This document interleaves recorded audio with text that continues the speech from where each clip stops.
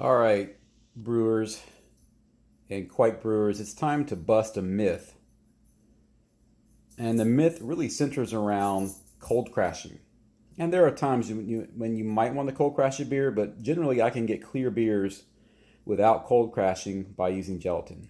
This particular beer is a NEIPA. It was brewed with Arset Kveik, and right now, sitting here in the fermenter, it's still at 90 degrees. It just finished.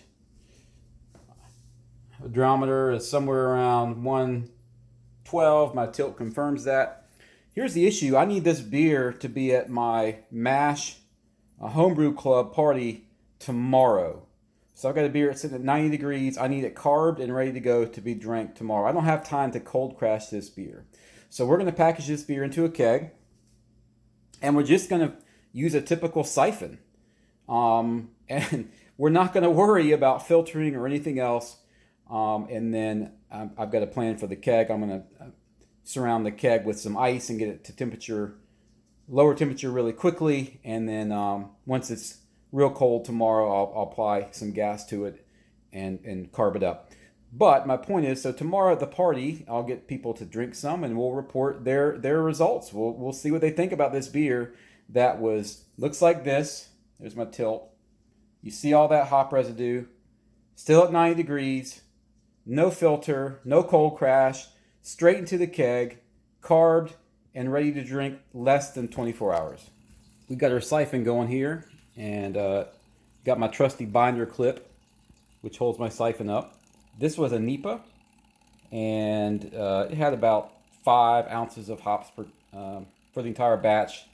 So 1 ounce per gallon. For you on the UK, about 7 grams per liter, something like that.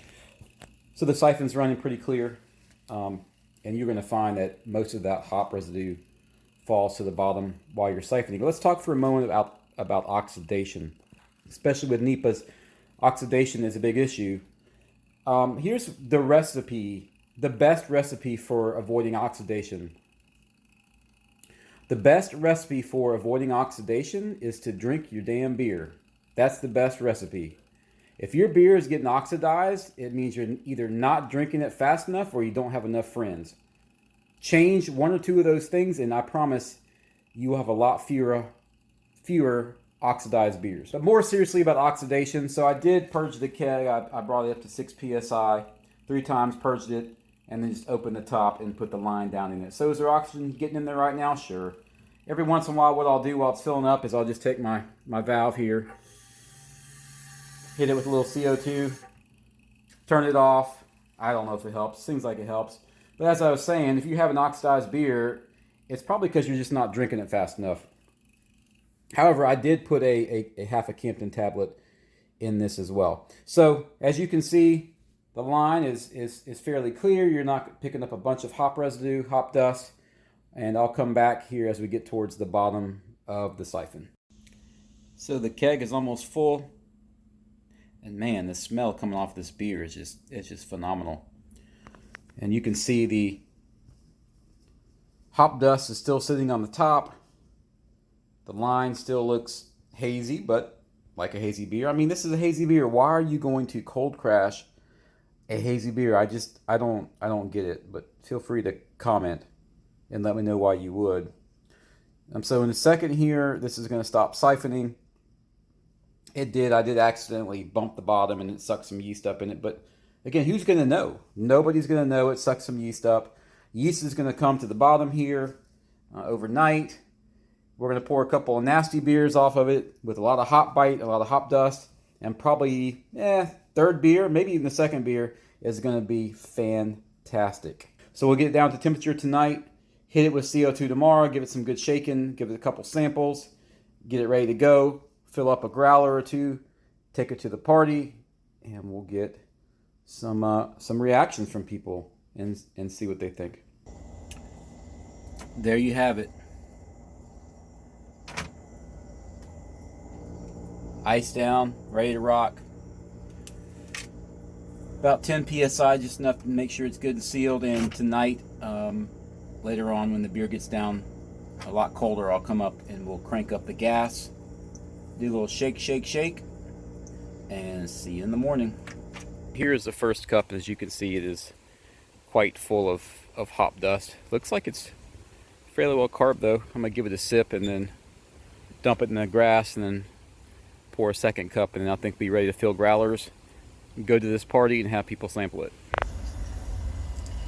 All right, I'm gonna try and fill this second cup so you all can see that it doesn't take long for these beers to come out just right.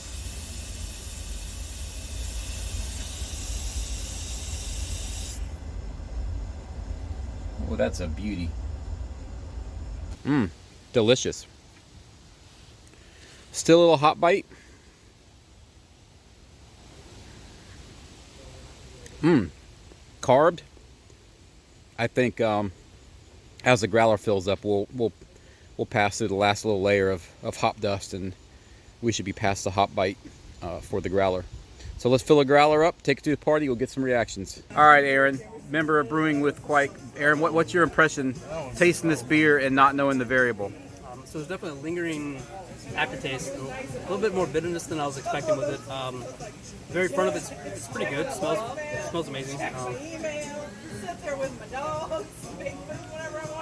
It's almost like there's a hop in there that I can't quite pick out,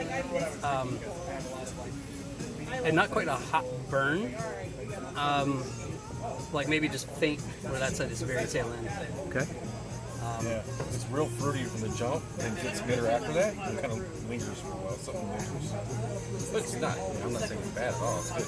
Yeah. I would drink more. Okay. Sure. All right. Thank you, Unless guys. you're feeding it or something. No, I did not. No. Okay. All right. No. So come to find out, we have this system. The system stopped working, and so it pulls air from outside and pulls the inside air out. And when it does it, it's supposed to dry it. So like if it's humid, it doesn't pull the humidity from out. Ours stopped doing that, so it's bringing humid air in. I'll drink this. And now it's just stopped. So our house is There's a little bit of people like coming into residual grassy niceness to it. Is it unpleasant? No, oh no, not for me. I mean, it might be for some people that are, you know, grass aversion, have grass aversion. But Take another sip and see if anything changes. older, everything stops doing like it's supposed to. Sometimes allergies get worse. Well, sometimes they say too, after you've been here 5 years or whatever, from like a week it's almost like a little effervescence too to the back end of it, which is I've always had nice. seasonal, but they've never done anything like that. Thank you. I drink this. In the Cheers. winter, I like to Cheers. have my voice flat